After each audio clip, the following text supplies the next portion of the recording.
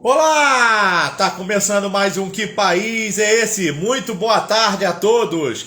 Hoje nós vamos conversar sobre a vida no Egito com a cirurgiã dentista Simone Mustafa. Ela mora lá há 5 anos e vai nos contar como é a vida nesse país tão fascinante e tão cheio de histórias de pirâmides, esfinges, o Templo de Karnak, praias e muitas histórias para se contar. Eu vou chamar ela aqui, ela já está entrando no nosso canal para conversar com a gente. Quem quiser tirar dúvida com a Simone sobre o Egito, é só escrever nos nossos comentários que ela vai poder responder. Sejam todos muito bem-vindos a mais um episódio A Vida Fora do Brasil.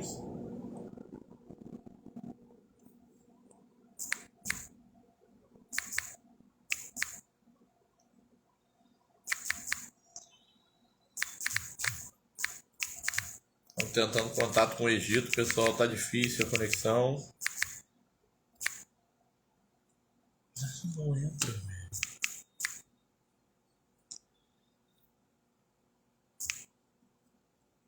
Não está entrando na live, ela faz lives também.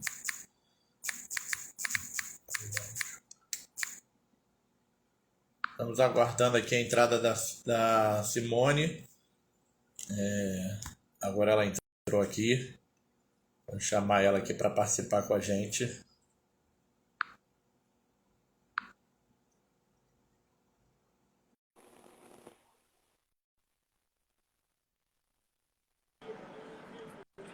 Olá, Oi. Simone! Não estava aparecendo para mim que você já estava na live. E eu aqui esperando. Não sei o que aconteceu.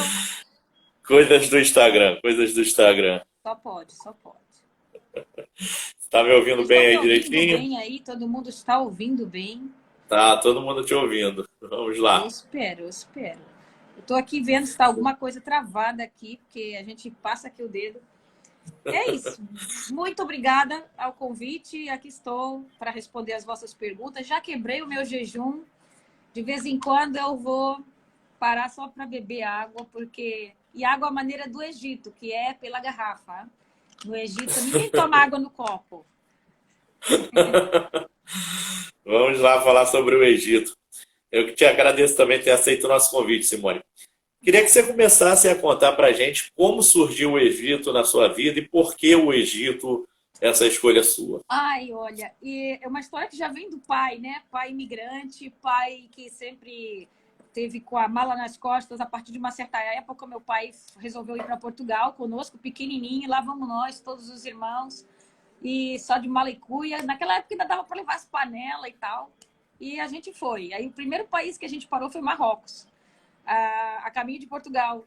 E aí eu já achei aquele povo assim meio diferente, embora eu fosse bem pequena, eu lembro perfeito. E depois disso, eu já fiquei 20 e poucos anos em Portugal, né? Estudei, fiz carreira ali também, estudei bastante. E voltei ao Brasil quando meu pai estava muito doente, perto de falecer. E foram poucos anos já no Brasil, mas passei ainda assim uns 7, mas foi menos, eu digo pouco, porque eu passei mais anos fora do Brasil do que dentro do Brasil. E então, quando meu pai faleceu, praticamente doente, e aí eu peguei e eu comecei a estudar o islamismo. Eu passava o tempo trabalhando e estudando. E então, me fechava bastante em casa, só estudando. E comecei a ler. O islamismo me chamou a atenção, porque eu não me adequava mais à sociedade brasileira. Eu não me sentia bem, eu tentei, mas eu não me sentia bem, sabe? Você é como um peixe fora d'água. Você não sabe mais como atuar naquela sociedade em que o povo é baladeiro, gosta de uma cerveja, e você fica assim, não sabe o que faz. Então, eu me encontrei no islamismo. A partir desse momento, existe aquela busca da língua, busca de querer conhecer mais dos nativos do islamismo, dos nativos árabes. E não se pode aqui confundir, né? Porque o árabe, nem todos são muçulmanos, existem árabes cristãos e existem povos também muçulmanos não árabes. E então eu entrei num grupo no Facebook que era só de médicos e dentistas, e eu estava ali conversando e de repente o meu marido me mandou uma mensagem lá sobre trabalho. E eu tinha na época uma amiga que estava noiva de um egípcio, conversava com ele há 8 anos, e ele foi o Brasil, a gente conheceu ele. Isso tudo veio que assim, sabe? Tudo no bolo. E aí na época eu estava procurando emprego para Dubai e eu me coloquei num curso de árabe na Mesquita. E então tudo foi, sabe, aquele bolo. Aí a minha colega leva o que agora é marido dela, que ela está casada também. A gente casou só com um mês de diferença. O meu marido sugere eu vir aqui para passear e ao mesmo tempo trabalhar. E aí eu peguei, juntei o útil ao agradável. Eu acabei vindo com a minha amiga, né, antes para conhecê-lo e tudo. E a coisa fluiu e me trouxeram para o Egito. Eu não vim porque eu quis, me trouxeram. E como é que foi essa adaptação inicialmente assim a uma língua tão difícil como o árabe, né, e a Então, língua egípcia? como eles têm uma base de inglês, né? Eles não são fluentes assim 100% como outros países árabes. Mas a maior parte até entende bem o inglês. E eu estava sossegada com o inglês. Eu falava com meu marido direto em inglês somente. O árabe que eu aprendi no Brasil era o árabe clássico, não era o egípcio. O egípcio tem umas particularidades. Mas, ao mesmo tempo, eu consegui... quando eu cheguei aqui, o primeiro ano é fatal para todo mundo. Adaptação, cai em cima de você, e você tem horas que você bate a tristeza, tem horas que você não sabe o que faz, fica chateado porque está todo mundo falando e você não entende. Tem horas que você quer se expressar e não consegue, não sai, porque tem pessoas que não entendem a língua, não entendem o teu inglês também. E aí eu ficava o tempo todo cutucando meu marido, traduz. Era o tempo todo assim. E isso chateia também, né? Nem tudo ele traduzia. Aí eu ficava chateada, por que você não me traduziu isso? Porque não é nada especial. E então dá aquele nervoso no início. E eu olhava para os letreiros das lojas tentando decifrar aquele árabe que eu aprendi na Mesquita. Só que o árabe que você aprende é as letras certinhas, depois a letra desenhada para publicidade é totalmente diferente. E eu ficava ali, mas eu ia tentando. Aos poucos, você com o convívio vai pegando uma palavra aqui e outra ali. E é assim, mas é difícil, não é fácil não. E como é que é estar numa cultura tão diferente, sendo mulher, né, casada com um egípcio? A gente vê que você adere à cultura, usa esse véu, que você se apresenta nas suas lives, no seu canal. Como é que é ser mulher na cultura egípcia e estar casado com um egípcio? Olha, existem, assim, em Roma seja romano. Nunca eu vou ser 100% uma egípcia. Nunca. Mas você, quando está num país, a cultura vem até você, né? Existe uma adaptação mútua. Você cede algumas coisas por hábito, né? Por o convívio diário. Então, não há como eu não fazer algumas coisas iguais a eles, como pegar numa garrafa e botar na boca assim, como, ai, que falta de educação. O que é falta de educação em outros países não é aqui. Aos poucos você vai vendo e... Mas é assim, eu sempre fui uma pessoa que tive o coração aberto. É assim, as pessoas tendem a pôr barreiras e fronteiras nos países. Fronteira entre as pessoas. Só que todos fazem tudo, só que de uma forma diferente. Todos precisam comer, todos precisam tomar banho, todos precisam arrumar uma casa, mas eles fazem de outra forma. E você tem que estar ciente de que se você nascesse ali, você era igual a eles. Então eu não posso mudar eles. Eu é que sou diferente. Então eu estou no país dos outros. Então eu assumi aqui, eu já era convertida, como eu te falei, no Brasil, só que lá eu não podia usar véu no meu trabalho, né? Como clínica dentista, não dá. Na rua, a gente tinha medo, tanto pela segurança, não é? Até porque eu estava na região de São Paulo, a gente tem receio, você trabalha longe de casa, você pega transporte público, muitas vezes, e você tem receio. Então, eu não conseguia usar o véu, a não ser em certas ocasiões em que eu ia acompanhada. E aqui eu sinto liberdade, porque aqui eu posso, tá todo mundo igual. Aqui é o contrário, aqui tanto está pessoas cobertas, como estão pessoas de cabelo de fora e não tem problema. Eles não ficam assim, olha aquele o cabelo dela. Ninguém fica falando, nem apontando o dedo, nem dizendo, você vai para o inferno porque você não é muçulmano. Entende? Isso no Brasil, a gente já foi. Eu vi a minha colega que estava do meu lado, ela foi comprar um bilhete no metrô e ela foi atacada e disse a mulher que estava servindo, ainda por cima, é uma pessoa que está trabalhando ali atrás, está trabalhando, serviço público. E ela disse assim, o meu Deus não é o mesmo que o seu. É por isso que vocês estão sempre em guerra naquelas terras. E que não sei o que. A mulher, enquanto deu o bilhete a ela e deu o troco, Ela ofendeu, eu já estava subindo os calores querendo responder ali tudo, mas ela não vai entender. Ela não ia entender. Em 5 minutos não havia explicação possível.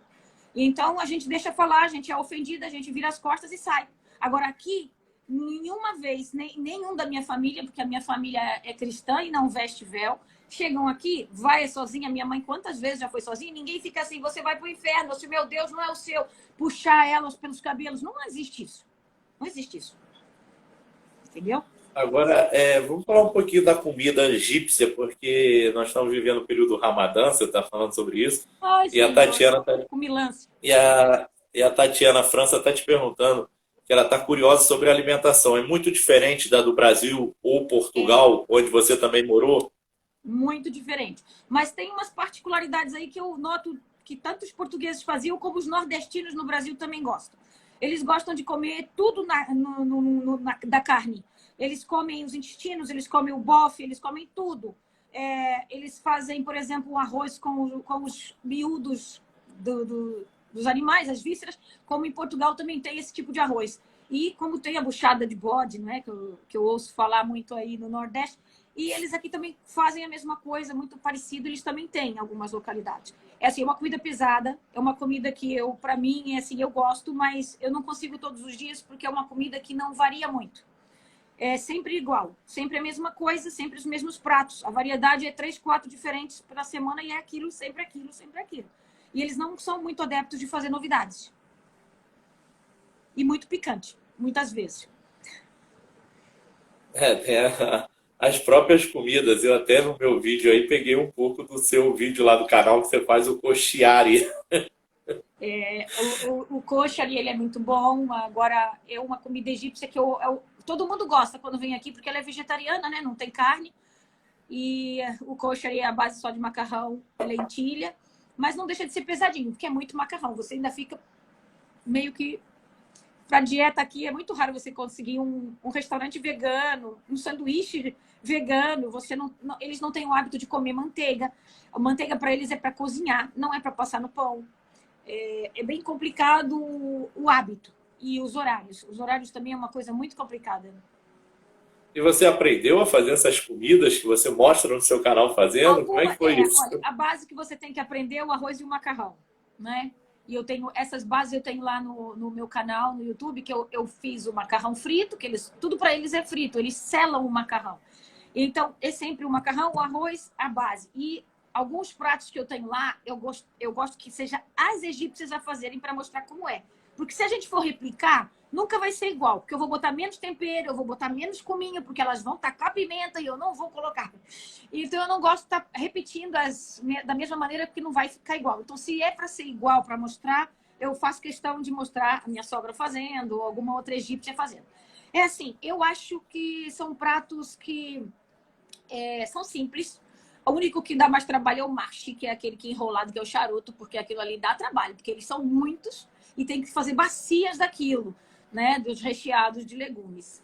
Mas fora disso, eu não costumo fazer muito, porque o meu marido gosta de comer como se estivesse no restaurante. Ele diz que ele, para comer comida árabe, come na mãe dele. E comer comida brasileira, ele come lá em casa, porque ele gosta muito de um estrogonofe, ele adora um feijão e uma farofa. Agora, Simone, a gente percebe que o Egito, dessa região aí, que mais para o final do ano vai ter a Copa do Mundo ali na Península Arábica, segue muito essas coisas da religião muito presente, tem muitas mesquitas no país, né? O Rio Nilo é sagrado para eles.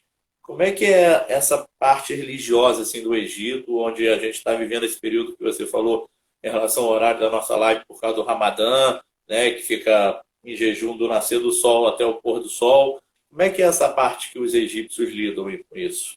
Olha, eles levam uma vida que parece que eles nasceram habituados a isso, né? Eu acho que já fazem isso há tantos milhões de anos aí, que eles já não sentem a diferença que nós sentimos. Eles se sentem cansados e sonolentos, mas eles não deixam de fazer as coisas, eles continuam trabalhando, as crianças vão à escola, as crianças são obrigadas a comer. Antes de fazer o jejum, as crianças já fazem jejum. A grande maioria das crianças são treinadas a partir dos 7 anos de idade. E eles vão para a escola em jejum, aí eles têm uma tolerância, sair mais cedo um pouco, mas das 7 às 11 da manhã eles estão na escola. Vão para a faculdade, tem que trabalhar e em jejum. E eles fazem. E eles não têm problema. O que eu senti aqui é que isso só no local que você consegue sentir. Aqui, você diz assim, quando você é diabético e está fazendo jejum, eles são diabéticos. Algumas pessoas podem não fazer porque estão liberadas, né? Por causa se estão em certas condições. Mas eles fazem questão mesmo que o médico diga, não, você se não quiser fazer, não tem problema. Não, eu vou fazer. Então, eles têm que adequar a medicação e elas podem estar grávidas. Elas estão grávidas. Eu tenho uma cunhada, ela está grávida vai ter bebê para maio agora e ela faz jejum. Isso você vê assim uma fé que eles passam de geração em geração e tentam não mudar. Claro que a sociedade está mudada, né? Não há sociedade perfeita, nem é por eles serem muçulmanos que não cometem erros, que não há crime, mas existe em menos grau do que em outros países. Mas eu acho que ainda assim é uma população que ela concentra-se naquela fé e vai até o fim. Agora, estão falando aqui que o bonito de se ver na Simone é o respeito pelo país e seus nativos, trazendo conhecimento e ensinando o respeito com a cultura e as pessoas.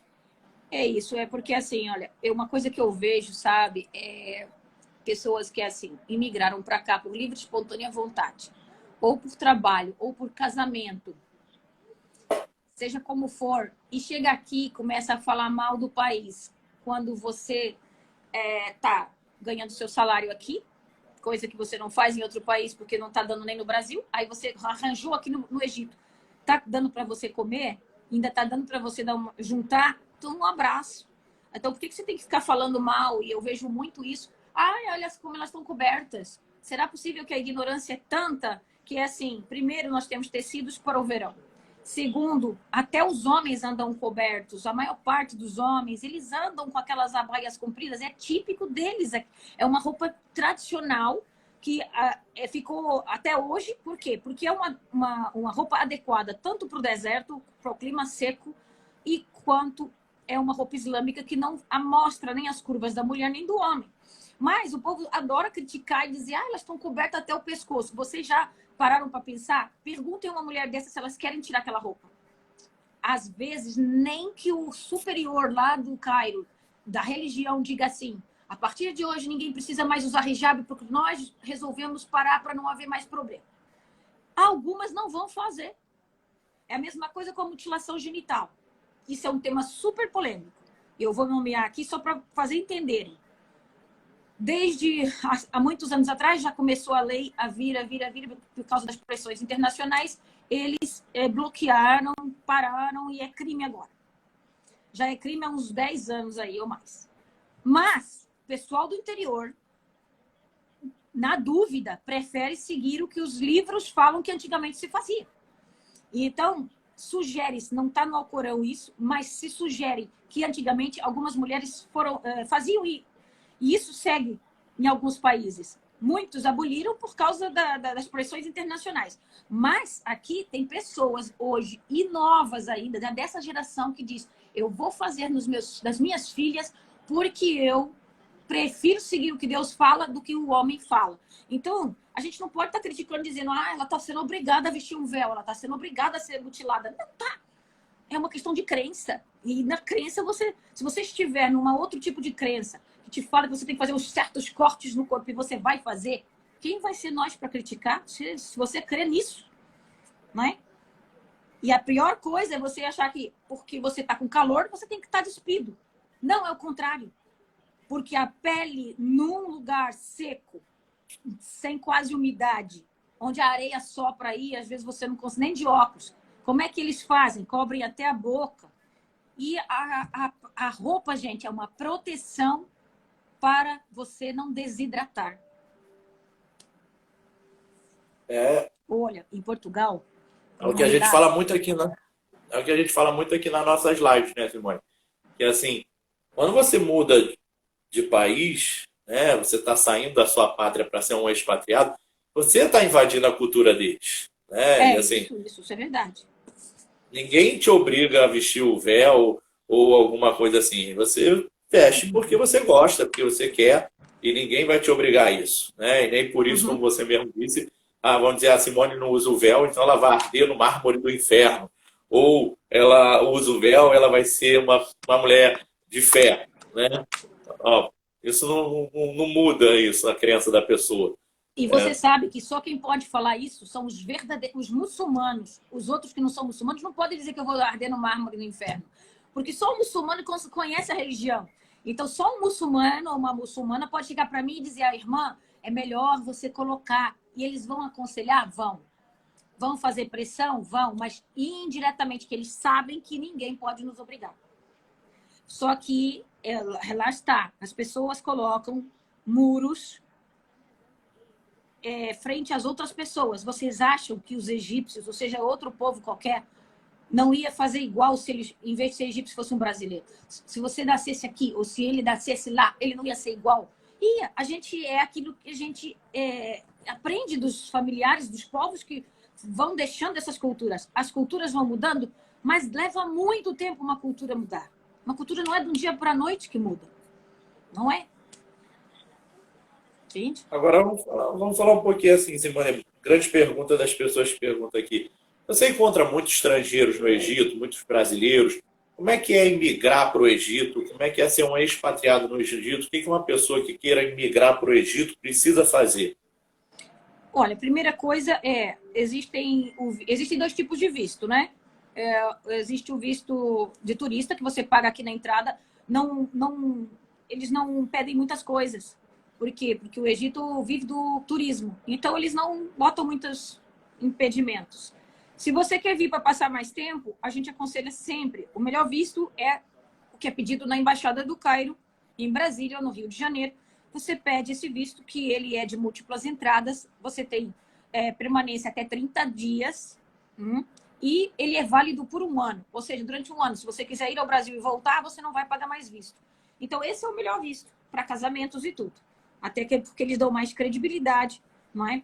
E é só fazer isso, comprar sua passagem, mas é assim, sempre aconselhe-se com quem mora, com quem não mora, com agências de viagens, especialmente que tem especializados no Egito. Por quê? Porque eles conhecem a região, conhecem aquilo que você quer. Por exemplo, a maior parte, tô indo, amanhã eu chego no Egito. O que você vai fazer?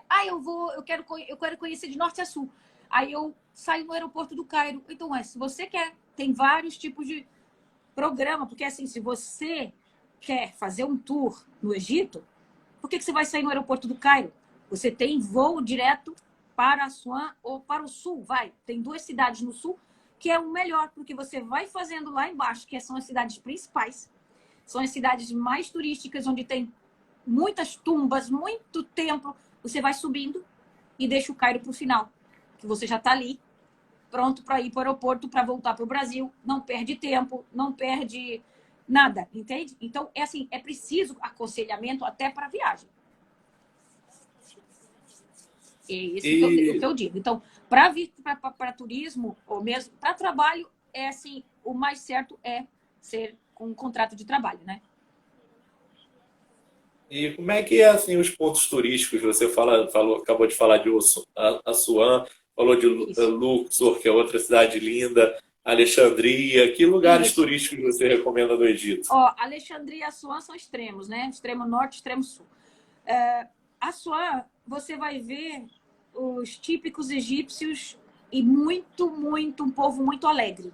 Um povo mais africano. Ali que você vê mesmo África já, porque eles estão ali colados com o Sudão e é uma população que migrou da Etiópia, do Sudão, de muitos anos atrás, né? Da época ainda faraônica, eles foram migrando e ficaram ali, que são chamados hoje os povos núbios, na Vila Núbia, né? E ali o Assuã é todo... e ali tem muitos templos, né? Templos famosíssimos, porque toda a região sul era, na época, capital do Egito, né? Luxor foi capital do Egito. Luxor está logo a seguir, antes de Assuã, e foi a capital, e é onde tem o Vale dos Reis, onde tem muitas tumbas para você ver. Se você vê ali tem muito mais do que o Cairo, muitas vezes. É que o Cairo já tem mistura da época dos reis, da época das invasões fatímidas, otomanas, aí tem as invasões, parte da época da guerra, da Segunda Guerra, Aí tem a época da colonização britânica, da colonização dos franceses que também tiveram aqui. Enfim, todo mundo queria o Egito, né? Devia ter muito ouro aqui naquela época. Tem alguns seguidores aqui falando com você. A Regina está te falando que ouve atentamente a Simone. A Sandra Ramos diz que ama assistir a Simone. A Naila do Canadá está dizendo para a gente, a Naila dos Estados Unidos está falando para a gente que idioma e cultura são realmente muito difíceis no Egito. Olha, hoje, tem 3 dias que nós estamos aqui com tempestade de areia. E aí dá uma sede, sabe? Você tem que estar bebendo de pouquinho em pouquinho, pouquinho em pouquinho. Especialmente depois de você quebrar o jejum, dá muita sede. E eu fico danada, porque eu sou uma pessoa que eu gosto de respeito e eu gosto também de ver pessoas que falem, mas que saibam o que estão falando. Não de chegar aqui e começar... olha que bonitinho, só para fazer visualização. Olha, ela tá vendo ali, aquilo é assim, daquele jeito. Não é assim sempre, não é? Mas a gente sabe que isso existe. E eu não gosto, eu fico irritada, e o pessoal aqui tá falando porque eu boto a boca no trombone, porque assim, eu não gosto de fazer treta, mas eu tô aqui para falar aquilo que eu realmente vejo. Não adianta dizer, elas estão cobertas porque elas são oprimidas, o homem pode tomar banho sem camisa. Raros são os que tomam sem camisa. Eles não é de bom tom o homem ficar sem camisa em lugar nenhum. Lugar nenhum. Mesmo para tomar banho, eles tomam banho com calção até o joelho e de camiseta, pelo menos. Mas a mulher vai toda coberta. Pois é. Pergunta a ela por quê. Pergunta a ela por que ela está assim. Se ela está melhor assim, se ela se sente bem assim. Eu adoro tomar banho coberta, porque é como se eu fosse um surfista. Protege-me do sol, protege-me da água, protege-me da areia e etc. E eu ainda por cima, quando naquele calorzão, o maiô fica fresco na pele e eu não fico queimando. Mas tudo tem uma razão. E eles acham que ficar julgando uma por todas. Não é possível isso. Tem muita gente aqui dizendo que adora a Simone. Suzana Moreto ama a Simone. Ela nos traz muitas informações. A Karine está te dizendo que está te assistindo lá da Irlanda. A Sandra Ramos volta a dizer que todos os dias vê os seus stories. E a Rose também está dizendo que... E a Rose está dizendo que adora ver as suas coisas boas que você aprende e aprende muito. Lá está. Eu tanto aqui no Instagram eu mostro umas coisas, no YouTube eu tenho outro tipo de público que assiste mais o YouTube, e lá eu deixo os vídeos mais organizados assim em relação a certos aspectos da cultura que às vezes até choca, né? Porque, por exemplo, agora ultimamente o pessoal está falando muito sobre os clãs que ainda existem, estão mais dispersos, porque o governo agora é um governo mais forte, é um governo mais militar, e então ele está conseguindo dispersar um pouco, mas existem os clãs em todos os países árabes. Gente, é só a gente pensar assim, o que são os clãs? No fundo, eles agem quase como uma máfia. Todo país tem máfia. Certo? Então, só que aqui eles fazem mais na cara dura, entre as famílias, e brigam por besteirinha. Às vezes só sobre terra, sobre... Um chamou o outro de, por exemplo, você não é homem, pronto, já bastou para... Vamos para briga, agora eu quero te enfrentar. E é isso. Então, as pessoas ficam chocadas, mas o tipo de maneira, a maneira de que eles têm de reagir a certas coisas. Claro que é meio primitivo, é muito primitivo. O governo está tentando, a religião também vai para lá, para o meio deles, mas tem horas que eles passam assim na cabeça, eles não querem saber de religião, não querem saber de ninguém. Eles têm que cumprir a honra. E a honra é honra, porque palavra para um árabe é tudo. Mas não é para acreditar em todos os árabes que saem por aí no Tinder, não, hein? Dá alô aqui para o pessoal de Criciúma que está nos assistindo. O pessoal está dizendo que adora quando você faz vlog na rua. Pessoal de Belo Horizonte. A Karine diz que ela já leu todo o Alcorão e que é a melhor coisa que ela fez. Sou cristã protestante e tenho muito interesse. Conhecimento é libertador. E a Sandra Ramos diz que também é cristã, mas já comprou um buraquinho. Estou amando, sim, todos me olham na praia, mas estou bem feliz coberto. E a Ashley Blessed fala, eu me chamo Ruth e adoro a maneira como a Simone explica a cultura egípcia. Até eu, às vezes, ficava primeiro assim, surpresa. Depois eu comecei a ligar e vejo que tem muita coisa ainda daquela época passada, né? Que perdura até hoje. Perdura até hoje. Né? Que é passado de geração em geração. Até porque, por que isso ocorre? Porque, primeiro, não só pela religião, mas a religião, eles tentam que ela não seja adulterada. Por isso é que você tem que fazer até as orações em árabe. Que eles não querem nem muitas traduções. Eles acham que você tem que aprender um pouco do árabe, pelo menos para ler o Alcorão, porque para não haver nenhum desvio. Então, isso leva a que, de geração em geração, você aprende daquele jeito. É daquele jeito. Não faça diferente. Não é desse jeito. Então, não pode haver variação que te favoreça. A religião não foi feita para favorecer aquilo que você quer. Tá ali é para cumprir daquele jeito. Se você aceita, aceita. Se você não aceita, então você não aceita nada. Então isso é passado de geração em geração e vocês veem eles, mesmo a sociedade vai ficando mais moderna, mas os preceitos são iguais. Simone, vamos falar um pouco assim dessa divisão que você estava comentando brevemente agora.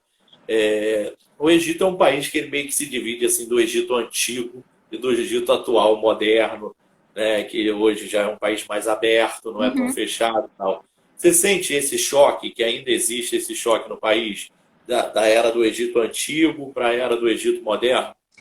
Sente-se bastante. Você vai no interior, você já vê a diferença. Nas aldeias, né, o povo é muito cabeça fechada, cabeça muito fechada mesmo.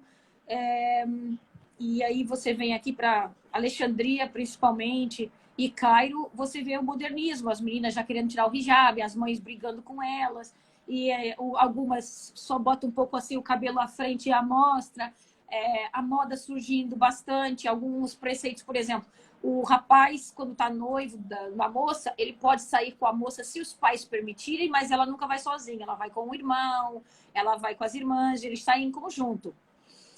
No caso do pessoal do interior, mesmo eles saindo às vezes do interior, não é possível. Você vê os dois choques, você vê os dois mundos aqui. O mundo muito moderno já querendo chegar e o outro travando. Aí você vê assim aquele pessoal, não, filha minha só namora com... Ele vem aqui em casa, ela senta ali na sala e eu tô aqui na outra sala olhando e ela nunca vai estar sozinha com o rapaz de maneira alguma, nem passeando só com o irmão. Então é assim, existe um choque, existe, você vê. Mas a gente consegue reparar que é o pessoal da cidade, porque a cidade é maior, eles não vão me ver e tal, e eu vou, até vou marcar um encontro aqui com meu noivo, meu pai não tá nem sabendo, mas eu vou passear aqui na beira da praia com meu noivo. E acontece muito, até andar de carro sozinhas, já se vê elas, até no Instagram, né? Já tem meninas que já têm contas sociais abertas ao público. Agora, a grande maioria do interior, não. A menina não pode nem mostrar a cara. Ela não pode botar lá ninguém. Ela bota os irmãos pequenos, elas botam os sobrinhos, mas não pode botar foto nenhuma, nem da mãe. E a gente vê, é gritante, é gritante. Mas nas cidades, você não sente tanto isso. Por isso é importante saber de onde vem o Habib que essas meninas estão falando no Tinder.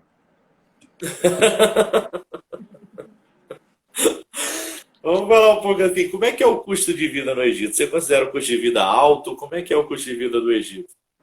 Olha, no fundo, ele é bem parecido com o do Brasil, assim. E me deu bastante essa impressão, que há um tempo atrás estava muito ela por ela. Agora que o Brasil deu uma subidinha aí. Mas existe uma inflação enorme aqui, né? Uma inflação enorme, o dólar disparado há uns bons anos, desde a Primavera Árabe, que ainda nada, quase nada estabilizou. E eu vejo cada vez os ricos continuam com a sua vida rica e os pobres pior, cada vez mais pobres, né? Eles têm muita dificuldade porque eles têm uma média de família de 5 pessoas para cima, tem muitos filhos, né? E eu vejo eles no supermercado, eles comem, por exemplo, carne uma vez por mês. Porque a carne, por exemplo, eu vou te dar o exemplo de que mais ou menos 2.000 libras um salário mínimo e 1 quilo de carne custa 180 libras. Então você ganha 2.180 para carne, 1 quilo de carne. Você não consegue comer carne todos os dias, nem todas as semanas. Né? Já o do frango, mesmo assim, já está em 60, 70 o quilo. Então, você já começa a ficar com problema de comer frango. Aí você só pode comer miúdos de frango ou as asinhas do frango. Então, no Ramadã, a gente vê eles lá no supermercado, como as famílias são numerosas, vai assim um monte de asinha de frango para a mulher fazer. Ou então, muito só com vegetal e arroz. A base deles é o arroz, né? O Egito tem um arroz muito bom e eles comem muito arroz, muito macarrão. E essa é a base da alimentação deles aqui. E, infelizmente, eu vejo eles passarem muita necessidade, mas eles se acostumaram. Se acostumaram com esse tipo de alimentação, de não ter quase carne. Ou não ter como comer carne. Então, para eles, às vezes, eles ficam assim, te convidam. Ai, vem aqui que hoje eu vou fazer uma carne. E a gente fica assim, até parece que a gente nunca viu carne na vida, sabe? Para eles, é como... Eles são muito carnívoros, isso é verdade. O povo árabe, eles gostam de carne. Eles não... É muito quase inconcebível ver um árabe dizer que ele é vegano. Isso aí é meio que impossível ainda aqui para esses lados. Aí eles falam, eu quero carne, hoje é dia de carne, vem, vamos convidar aquele amigo. E hoje é dia de carne, é como se fosse uma festa, uma alegria muito grande, uma vibração, porque tem carne na casa. Às vezes até o meu marido fala assim, minha mãe ligou dizendo que vai ter carne lá em casa. Eu digo assim, até parece que eu não como carne. E a gente está sempre comendo, porque graças a Deus eu tenho uma vida mais ou menos. Aí a minha sogra, como ela viveu naquela época bem da pobreza, eram 7 filhos para criar, ela ainda tem isso na mente. Então ela fica poupando o tempo todo. E aí quando tem uma carne, ela liga pro meu marido, olha, hoje eu vou fazer carne. Eu assim, mas mãe, agora não temos mais esse problema da carne. Eu como carne toda hora que eu quero. Mas ainda tem isso. A gente vê que eles travam muito na comida e... Enfim, mas eles dão... É um povo alegre. É um povo alegre. E assim, como é que é a saúde e a educação do país? Como é que foi conviver com a pandemia aí, Simone? A educação é ruim. A educação ela é muito básica, é pior do que a do Brasil. Muito pior. Há anos-luz ainda do Brasil, por exemplo, eles também têm umas regras muito estranhas. Existem escolas só de menina, existem escolas só de menino e existem escolas mistas. Para quem quer, porque não é obrigatório. Não é? Tem países que isso é obrigatório, separar, né? Separação de gêneros. Aqui não é. Aqui é você que faz, porque tem famílias que são tão tradicionais que elas dizem assim, nem brincar uma criança de 5 anos com um outro de 5 anos de gêneros diferentes não pode. Eu acho um exagero, né? Porque você vai brincar pelo menos com seus primos em casa. Tem gente que nem isso gosta. Evita. Meninas brincam com meninas, meninos brincam com meninos. Então, vai colocar a filha em escola de menina até ela se formar e casar. Então, isso aí já é extremismo de cabeça de certas pessoas, né? Lá tá a cultura bem antiga que quer fazer tudo a rigor. Para nós, que somos de mundos diferentes, a gente vai achar que é o extremismo, né? Mas, na cabeça deles, eles estão fazendo o que é certo para ela nunca cair em tentação e não ficar já olhando para o menino e o menino olhando para ela, nem haver toques, nada disso. Então, existe esse tipo. Mas, o público, ele é muito fraco. Estuda-se muito poucas horas. Existe uma certa... Fechar de olhos do governo também, acho, nesse aspecto de que o ensino, o professor só dá aquilo que ele quer, o básico e pronto. Todos os alunos, desde a primária, você vê eles aqui tendo aulas suplementares extra para poder vir a ter um nível de nota que possa entrar na faculdade. Porque aqui as notas são cumulativas para você ter um bom ensino no futuro. Não adianta fazer só vestibular, não. Tu tem que ter uma base lá de trás com nota boa, senão tu não vai entrar. Então, o que acontece é que todo mundo que tem condição coloca os filhos para fazer aulas extras e gasta muito com aulas extras, que às vezes é com os próprios professores que estão lá dando aulas. Quer dizer, saiu da escola e vai depois para o próprio professor dar aula extra. Por que ele não faz isso, então, na escola? Uma maneira deles ganhar um dinheiro a mais. Então, é assim, por causa da inflação, por causa de toda essa economia mal estruturada e governo, às vezes, também, as pessoas é que sofrem. E então o ensino nem por isso é bom. Aí só vai se destacar realmente aqueles que são melhores. Só que mesmo assim, até entrar na faculdade, eles vão sofrer bastante, porque as notas para entrar na faculdade são muito, muito, muito elevadas. Então, eles são selecionados conforme as notas. Para medicina, só de 98 para cima. Para cima da onde? Só temos o 100%, 109, 120. Então, é um pouco isso. Por exemplo, o meu cunhado, ele não passou para entrar em veterinária, se não me engano, dentista aqui, é super elevado também para entrar. Ele estava com 97,7, se não me engano, e não conseguiu entrar. Mas aí ele está numa outra aí de política econômica, sei lá. Mas o meu marido entrou com 109. Você estava rindo, mas ele entrou com 109. Porque eles fazem o 100% e depois tem umas aulas extras lá que eles fazem para juntar pontos. E quando somou tudo, deu 109. Então aí ele entrou na medicina. Então, assim, é meio estranho. A particular é muito cara. Muito, muito cara. Chega a ser entre 40, por exemplo, numa escola primária internacional, você paga de 40 mil a 80 mil por ano. E aqui só deixa de dividir, às vezes, de semestre. Você tem que pagar metade, né? Não é por mês, não. E é caríssimo. Não é, nem quase todo mundo tem essa facilidade. Então, eu acho que é um ensino fraco. Muito fraco. Em comparação com o Brasil, que você tem vários tipos de cursos, cursinhos, profissionalizantes, e eles nem por isso. Eles têm isso muito reduzido. Muito reduzido. E no que diz respeito a esses cursinhos, é só uma dica aqui, um adentro. A faculdade aqui, a pública, é assim, você tem um X de ano para entrar. Você não entrou? Você entrou? Também não pode reprovar tanto. Se você reprovar, se não me engano, 2 ou 3 vezes seguidas, você tem que sair da faculdade. E aí, se você quiser completar, você tem que completar no particular, mas no público você não pode ficar mais. Então, é assim, entrou, tem que ser bom aluno até o final. Senão você não tem mais curso. Não tem mais direito a ter... Você não vê pessoas idosas aqui na faculdade, como você vê no Brasil? Que isso? Pessoa já de 40 e às vezes até 50 tirando curso. Isso não existe. Aqui, para eles, é muito... Isso não existe aqui. A Gislaine está até aqui falando que isso é verdade. Meu filho tem aulas particulares todos os dias, porque é onde ele vai para a escola, os professores não entram na sala para lecionar. A Gislaine mora aqui há 20 anos, hein? Ó, ela é anciã aqui em Alexandria, ela sabe tudo. Ela tá aí para me ajuda aí se eu falar alguma coisa errada. Mas vamos falar assim, o pessoal está muito comentando com essa Copa do Mundo do Catar, de que não pode beber no Catar. O que pode fazer e o que não pode fazer no Egito, Simone?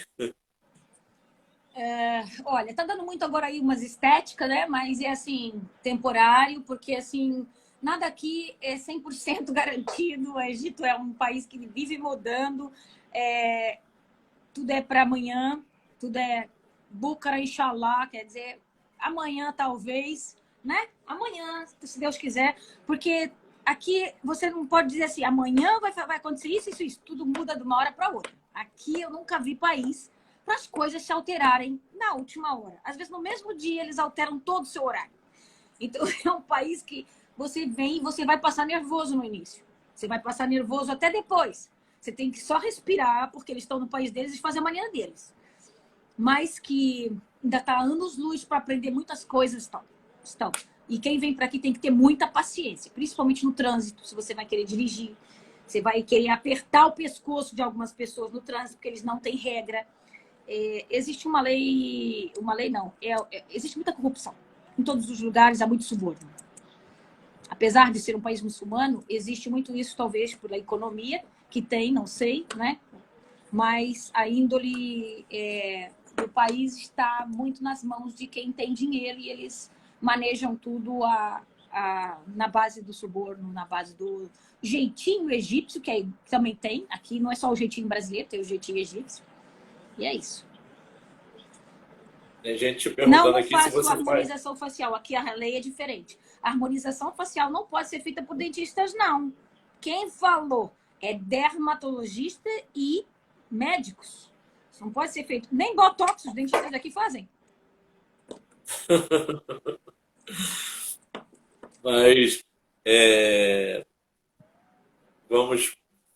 a gente estava falando da parte que não pode.